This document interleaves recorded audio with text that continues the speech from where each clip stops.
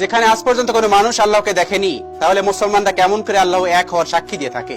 কেন বলে আল্লাহ ছাড়া কোনো মাবুদ নেই?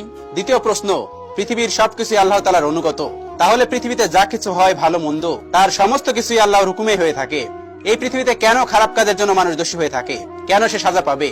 তৃতীয় প্রশ্ন, মুসলমানরা বলে শয়তান আগুন থেকে জন্ম নিয়েছে, আবার আল্লাহ বলেন কিয়ামতের দিন শয়তানকে জাহান্নামের আগুনে নিক্ষেপ করা হবে। শয়তান যখন নিজে আগুন থেকে তৈরি হয়েছে, তাহলে সেই আগুন শয়তানের কি বা করতে পারে? এক মুশরিক পণ্ডিতের এমন তিনটি কঠিন প্রশ্নের জবাব তৎকালীন সময়ের কোন মুসলিম আলেমরা দিতে পারেননি। এজন্য সেই মুশরিক পণ্ডিত সবসময় গর্ব করে বলতো, কোন মুসলিম আমার এই তিনটি প্রশ্নের উত্তর দিতে পারবে না। একদিন সেই মুশরিক পণ্ডিত যখন কাজের জন্য ঘর থেকে বের হলেন, আর তিনি কিছুটা দূরে গিয়ে একজন দরবেশ ফকিরকে অতিক্রম করেন। ওই ফকির বসে মাটির কিছু পাত্র বানাচ্ছিলেন। যখন মুশরিক পণ্ডিত তার পাশ দিয়ে পেরিয়ে গেলেন, তখন সেই দরবেশ জোরে আওয়াজ দিয়ে বললেন, এই যে মশাই, যদি একটু শুনতেন। সেই পণ্ডিত সঙ্গে সঙ্গে দরবেশের কাছে আসলেন। দরবেশ বললেন, আমি শুনেছি আপনার তিনটি প্রশ্নের উত্তর কেউ দিতে পারছে না, আর সেগুলোর উত্তর নাকি আজ পর্যন্ত কেউ কোনোদিন দিতে পারবে না। আপনি মনে করছেন যদি আপনি সেই প্রশ্নগুলো আমাকে একটু করতেন, তাহলে সেই উত্তর দিতে পারি কিনা চেষ্টা করে দেখতাম। দরবেশের মুখে এমন কথা শুনে সেই মুশরিক পণ্ডিত হাসলেন। তিনি বললেন, আমার এই প্রশ্নের উত্তর বর্তমান জামানার বড় বড় আলেমরা দিতে পারেননি, আর আপনি তো একজন ফকির মানুষ, আপনার কাছে কি বা জ্ঞান থাকতে পারে? পণ্ডিতের মুখে এমন কথা শুনে সেই দরবেশ একটু মুস্কি হেসে বললেন, আরে পণ্ডিত মশাই, প্রশ্নগুলো একটু করেই তো দেখেন। এরপর মুশরিক পণ্ডিত নিজের প্রশ্নগুলো করতে শুরু করলেন। প্রথম প্রশ্নটা করলেন, যখন আজ পর্যন্ত কোনো মানুষ আল্লাহকে দেখেনি, তাহলে মুসলমানরা কেমন করে সাক্ষী দিচ্ছে আল্লাহ এক এবং অদ্বিতীয়? দ্বিতীয় প্রশ্ন হচ্ছে, যখন পৃথিবীর সবকিছু আল্লাহর অনুগত, তাহলে ভালো খারাপ সবকিছু তো আল্লাহর হুকুমে হয়, মানুষ কেন হারাম কাজের জন্য শাস্তি ভোগ করে দোষী হবে? তৃতীয় প্রশ্নটি হলো, আল্লাহ রাব্বুল আলামিন শয়তানকে আগুন থেকে সৃষ্টি করেছেন, আবার কিভাবে আগুনে পোড়াবেন? এরপর সেই মুশরিক পণ্ডিত হাসতে হাসতে বললেন, যেগুলোর উত্তর আজ পর্যন্ত কেউ দিতে পারেনি, আমি জানি আপনিও পারবেন না। এই প্রশ্নগুলো শোনার পর সেই বুজুর্গ অনেকক্ষণ সেই মুশরিক পণ্ডিতের দিকে তাকিয়েছিলেন, আর মনে মনে কি যেন ভাবনা চিন্তা করছিলেন। আর এদিকে ফকির দরবেশের এমন অবস্থা দেখে মুশরিক পণ্ডিত মনে মনে খুব খুশি হচ্ছিলেন। এরপর সেই ফকির দরবেশ হঠাৎ করেই নিজের হাতে থাকা উপস্থিত একটা মাটির পাত্র দ্বারা সেই মুশরিক পণ্ডিতের মাথায় প্রচন্ড জোরে আঘাত করলেন। আর সেই পাত্রের আঘাতের কারণে মুশরিক পণ্ডিতের মাথা থেকে রক্ত বের হতে শুরু করলো। এতে পণ্ডিত রেগে গেলেন। আশেপাশের লোকজনও বিষয়টা খুব খারাপ চোখে দেখলেন। তখন মুশরিক পণ্ডিত বললেন, প্রশ্নের উত্তর যখন বুদ্ধি খাটিয়ে দিতে পারেননি, তখন দৈহিক শক্তি ব্যবহার করে আমাকে জখম করলেন।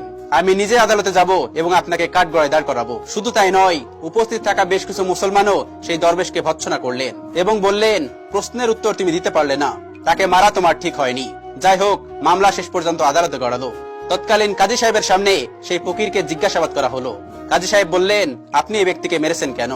উত্তরে দরবেশ বললেন, আমি তো পণ্ডিতকে আঘাত করিনি, বরং পণ্ডিতের সেই তিনটি প্রশ্নের উত্তর আমি তাকে দিয়েছি। একথা শুনে আদালতে থাকা সবাই অবাক হয়ে গেলেন, কারণ তারা সবাই জানতেন এই মুশরিক পণ্ডিতের তিনটি কঠিন প্রশ্নের উত্তর আজ পর্যন্ত কেউ কোনোদিন দিতে পারেনি। এবার হাকিম সাহেব বললেন, পণ্ডিতের সেই উত্তরগুলো কোথায়? আপনি তো তাকে আঘাত করেছেন, এর মধ্যে আমি কোনো উত্তর দেখতে পাচ্ছি না। এসব কথা শুনে সে বুজুর্গ ব্যক্তি বলতে লাগলেন, পণ্ডিত আমার কাছে প্রশ্ন করেছিল, যখন আল্লাহ তাআলাকে দেখাই যায় না, তাহলে তোমরা কেমন করে তার উপস্থিতি সাক্ষী দিয়ে থাকো? পণ্ডিতের এই উত্তর আমার উপর লাগানো অভিযোগের মধ্যে রয়েছে। তিনি বলেছিলেন, আমার আঘাতে চোট লাগার কারণে তার মাথায় খুব ব্যথা অনুভূত হচ্ছে, কিন্তু তার যে ব্যথা হচ্ছে তার কি কোনো প্রমাণ অবস্থিত রয়েছে? সাক্ষী উপস্থিত আছে? একথা শুনে সে পণ্ডিত বলতে লাগলেন, একথার সাক্ষী হবে কেমন করে? দরবেশ বললেন, তাহলে আমি কিভাবে মেনে নিব যে আপনার ব্যথা হচ্ছে? এটা শুনে মুশরিক পণ্ডিত বললেন, আরে জনাব, আমার ব্যথা অনুভূত হচ্ছে, আমি ব্যথা অনুভব করছি, আর এজন্যই বলতে পারছি যে আমার ব্যথা হচ্ছে। ঠিক এখন যেরকম আপনার ব্যথা দেখা যাচ্ছে না, শুধুমাত্র অনুভব করছেন, ঠিক তেমনি আমরা আল্লাহকে দেখতে পাই না, কিন্তু আমরা আল্লাহকে সবসময় অনুভব করি। আর এই পুরো কায়নাত বিশ্বজাহান তার একাত্মবাদের স্বীকৃতি দেয়। এটাও আপনাকে অনুভব করতে হবে, কেননা এই পৃথিবীতে আল্লাহ রাব্বুল আলামিনের অনেক উপস্থিতি রয়েছে, যার মাধ্যমে প্রমাণিত হয় তিনি এক এবং অদ্বিতীয়, তার কোনো শরীক নেই। এরপর মুশরিক পণ্ডিত বললেন, চলুন মেনে নিলাম যে আপনি প্রথম প্রশ্নের উত্তর দিয়ে দিয়েছেন, তাহলে এবার আমার দ্বিতীয় প্রশ্নের উত্তর দিন। তারপর সেই বুজুর্গ দরবেশ বলতে লাগলেন, আপনি বলেছিলেন যা কিছু হয় তা সবকিছু আল্লাহ রাব্বুল আলামিন করে থাকেন, তাহলে কোনো খারাপ কাজের দোষ মানুষ কেন নিবে এবং এজন্য কেন শাস্তি পাবে? তাহলে আপনার এই প্রশ্নের উত্তর আপনার এই অভিযোগের মধ্যে রয়েছে। আপনি আমার উপরে যা লাগিয়েছিলেন, যখন সবকিছু আল্লাহ রাব্বুল আলামিন করেছেন, তাহলে এর মধ্যে আমার কি দোষ আছে? আপনি আমার উপরে কেনই বা অভিযোগ করেছেন? তারপর সেই পণ্ডিতের দ্বিতীয় প্রশ্নের উত্তর সে বুঝতে পারলো। আর তৃতীয় প্রশ্নের উত্তর হলো, শয়তান আগুন থেকে সৃষ্টি হয়েছে, আর আল্লাহ বলেন কিয়ামতের দিন শয়তানকে জাহান্নামের আগুনে নিক্ষেপ করা হবে। তাই আগুন আগুনের কি ক্ষতি করতে পারে? তাহলে এখন আমি আপনাকে এটি বলবো, আপনি কিসের তৈরি? তখন সে মুশরিক পণ্ডিত বললেন, আমি মাটির তৈরি। এ কথাটি শুনে বুজুর্গ দরবেশ বললেন, আমি যে পাত্রটি দিয়ে আপনার মাথায় মেরেছিলাম সেটি কিসের তৈরি?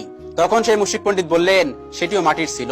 এরপর বুজুর্গ দরবেশ বললেন, একদম সঠিক, যেমন ভাবে আপনি মাটি থেকে সৃষ্টি হয়েছেন আর সেই পাত্রটিও মাটি দিয়ে তৈরি হয়েছে, তবু আপনার মাথা ফেটে গেল। এরপরও যদি আপনি বলেন যে শয়তান আগুন থেকে সৃষ্টি হয়েছে বলে মহান রাব্বুল আলামিন তাকে কিয়ামতের দিন জাহান্নামে ফেললে সে ব্যথা যন্ত্রণা অনুভব করবে না, আগুন তা কিছুই করতে পারবে না, তাহলে আপনার কথার মতে মহান রাব্বুল আলামিন তাকে কিয়ামতের দিন জাহান্নামে ফেললে সে ব্যথা অনুভব করবে না, আগুন তা কিছুই করতে পারবে না। তাহলে আপনার কথার মতে মাটির পাত্রের আঘাতেও আপনার কিছুই হওয়ার কথা নয়। তাহলে কেন আপনার মাথা ফেটে গেল? তেমনি ঠিক একইভাবে কিয়ামতের দিনেও জাহান্নামের আগুন শয়তানকে জ্বালিয়ে পুড়িয়ে নষ্ট করে দেবে। ভিডিওটি ভালো লাগলে শেয়ার করে অবশ্যই কাছের মানুষগুলোকে দেখার সুযোগ করে দিবেন। Thanks for